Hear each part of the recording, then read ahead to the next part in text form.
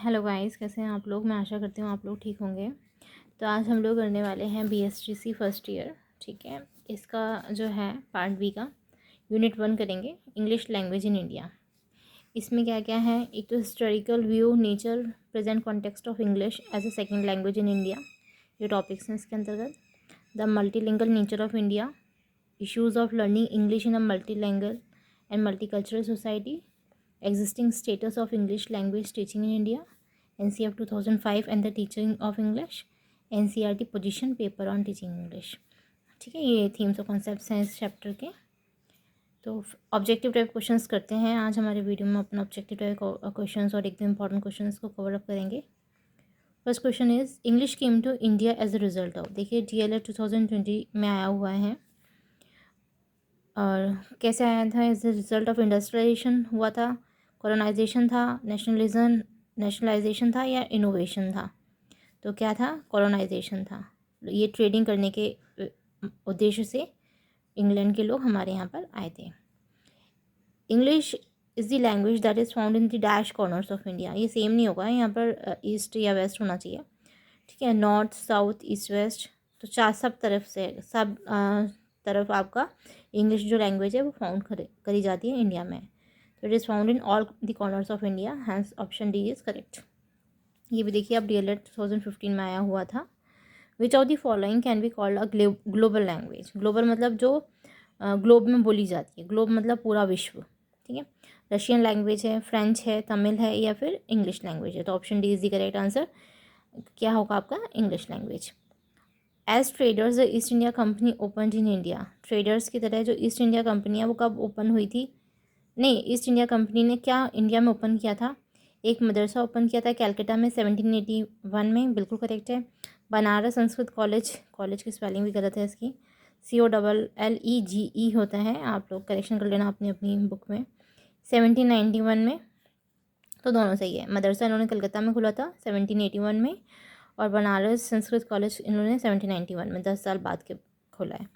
ठीक है, तो दोनों both A and B are correct, hence option C is correct. Fifth है आपका Macaulay recommend medium of English in learning during, जो मकैली है इसने बोला था कि भाई जो मीडियम होता है ना पढ़ने का माध्यम, वो अंग्रेजी होना चाहिए। तो ये इसने कब बोला था, 1834 से 1853 में बोला था। ठीक है, the demand of teaching of English in India was made by, कि भाई इंग्लिश में ही पढ़ाई होनी चाहिए, ये डिमांड किसने करी थी, राजा राम मोहन रॉय ने। ठीक है, सेवन्थ है आपका strong desire for national language was put fourth during, जो स्ट्रॉन्ग डिज़ायर है कि भाई नई नेशनल लैंग्वेज भी होनी चाहिए, ये कब, जैसे सब इंग्लिश में हो गया था या तो पहले हिंदी में पढ़ रहे थे, कोई अपनी रीजनल लैंग्वेज में पढ़ रहे थे, तो स्ट्रॉन्ग डिज़ायर हो गया कि नहीं हमारे देश की भी एक अपनी लैंग्वेज होनी चाहिए, नेशनल लैंग्वेज होनी चाहिए। ये आगे कब लाई गई, तो ईस्ट इंडिया कंपनी रूल के समय, मकौले के टाइम के समय, या period of struggle for independence, जब लोग इंडिपेंडेंस के लिए लड़ रहे थे तब, या नन ऑफ द अबव। तो ऑब्वियसली कब आया था, C, period of struggle for independence. Eighth, teaching of English in Rajasthan at present starts from, जो राजस्थान में इंग्लिश की टीचिंग है वो कब स्टार्ट हुआ, 6th क्लास में, कब स्टार्ट होती है अभी। पहले देखो 6th इंग्लिश मीडियम की पढ़ाई होती थी, बट अभी कहाँ से होती है, 1st क्लास से, तो द वेरी फर्स्ट क्लास।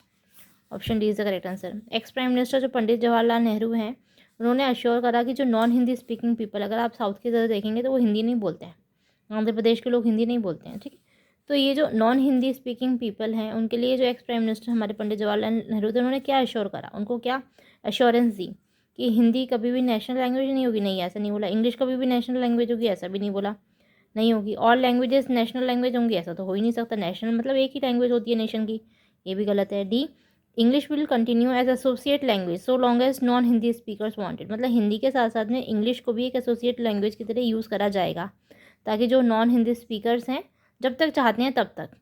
तो डी वाला आंसर हमारा सही है।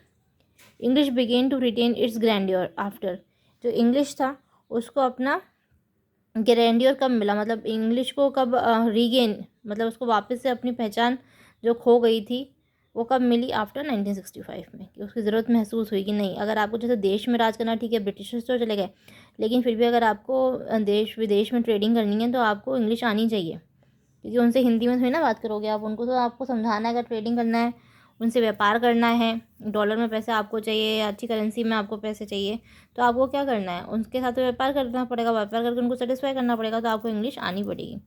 तो ये वापस से उसने अपनी पहचान कब इंग्लिश ने पाई, आफ्टर 1965। ठीक है। इंडिया क्या है, मल्टी लिंगल कंट्री है, मल्टी रिलीजियस कंट्री है, मल्टी कल्चरल कंट्री है, ऑल ऑफ द अबव। सारी लिंगल लैंग्वेजेस से अलग बोली जाती है, रिलीजन से अलग अलग फॉलो होते हैं, अलग अलग तरीके का कल्चर फॉलो होता है, तो सारी चीज़ें। D option is the correct answer. National curriculum framework आपने पढ़ा NCF 2005 होता है, तो किससे रिलेटेड है, 2005 से।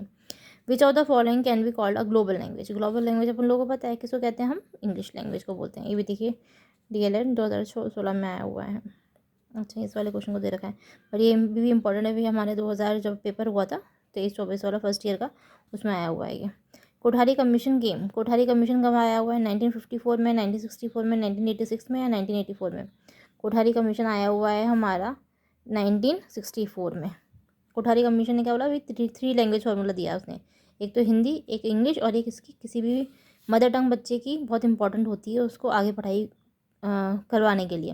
जैसे जो बच्चा पंजाबी में पढ़ता है, उसको अगर पंजाबी में सब्जेक्ट्स पढ़ाए जाएंगे तो उसको ज़्यादा इजी समझ में आएगा। तो ये कोठारी कमीशन ने अपनी बात बताई थी कि भाई 3 लैंग्वेज फार्मूला होना चाहिए। तो ये कब आई थी बात, 1964 में। देश को विकसित करना है तो। When did Macaulay present his minutes to British authorities in India.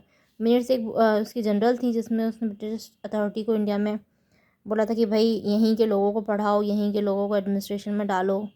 ठीक है, मतलब उनको दिल से और जन्म से और वेशभूषा से वो इंडियन होने चाहिए, बट दिल से दिमाग से वो लोग ब्रिटिशर्स होने चाहिए। ये इसने अपनी इस किताब में लिखा था। तो ये मकॉले ने अपने मिनट का जो आइडिया है ब्रिटिश अथॉरिटी के सामने कब प्रस्तुत किया था। तो 15 का आंसर क्या दे रखा है इसने, C 1935 में। 16 3 लैंग्वेज फार्मूला किसने गिवन किया था, कोठारी कमीशन ने।